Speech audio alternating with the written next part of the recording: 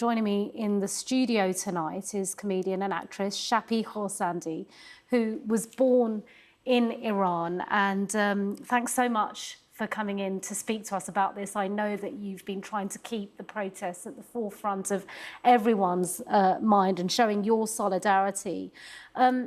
Let's talk about just what we've been seeing this week. 40 days have been marked.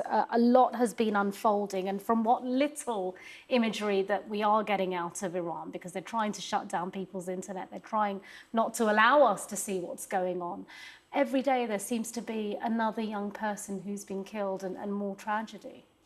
It's horrific, and today in Balochistan, at least 93 people were massacred on Friday prayers. We know that a girls' school was given they were given the orders to attack the girls there because they were vocal. And for us here, the fact that they are shutting down the internet, shutting down phone lines, means that it matters to them. It matters to the regime that the international community know about this and they support the protesters. So our job here is to give them that support and give them our awareness, cut any ties we have with the regime, really and truly support the protesters in Iran, to give them, just keep carrying on, giving them the strength to make those changes from within Iran. And it's my duty, I nearly said my pleasure, but it's my duty to be here to talk about it and do whatever I can, because I'm one of the ones who escaped this regime, I wanted to ask you about that, because obviously here we know you as a comedian and various other things you've done, and you yourself had to flee Iran with your family.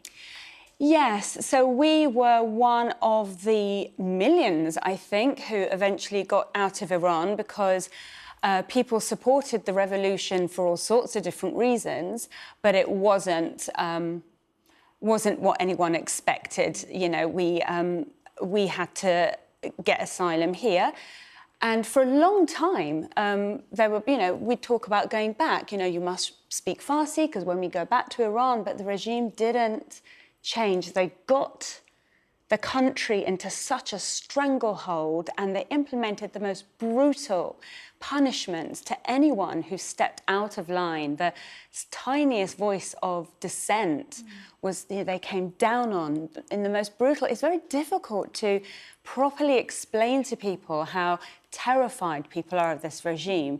And that's a nuance, isn't it? Because Mahsa Amini wasn't not wearing a headscarf. She was wearing it. She just wasn't wearing it in the right way, according to them. And I think another, from all the interviews I've done, and I've seen what you've been saying too, is it's very hard to explain to people that the Iranian people are not entirely represented by this brutal regime. These are people just like you and I and many others around the UK, full of talented people who want to live a life of freedom. Our culture is very, very different to the people who are the heads of the regime. And what is really important to recognise that's happening now, that of course this started off as a reaction to the brutality of the morality police.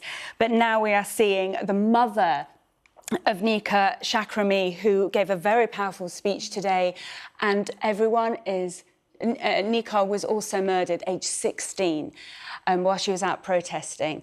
And the people in Iran are chanting, "Marg bar diktator," death to the dictator. That is huge. To find the courage and the voice to finally, after 40 plus years, to say, down with this regime, death to the dictator. I never dared dream that this would happen in my lifetime, and it is.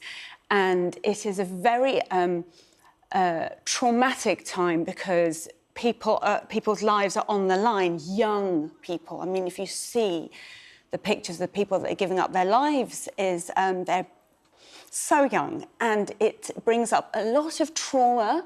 However, we all have to be strong for them, and I'm so grateful to media outlets who are giving people like me a voice, because this is not something that's going on over there. This is my life and my people, my language, and my other country. You know, I have two.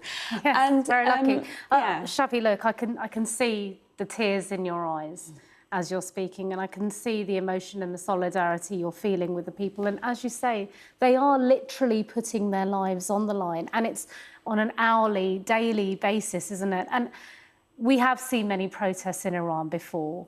This one is different.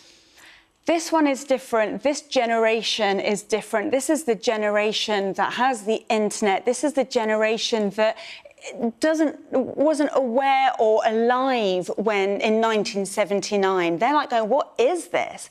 And this is the generation for change. You know, the young change things. None of the freedoms we have in this country happened by accident. It's because people fought for them and died for them. And this generation are 14 and 15 and out protesting because they don't feel that the future that this regime has in store for them is something they can stomach. I've never seen such a thing before in Iran, and I think this time, with the internet, with the voices that we have abroad, with the way that we can connect with each other, we really, really have to pull together and support the people in Iran and talk about them as much as we can. And that is why we invited you in. And thanks so much for telling us so much about what's happened today and what's been going on in Iran over the last few weeks. Shaparak Khorsandi, good to have you in the studio with us. Thank you.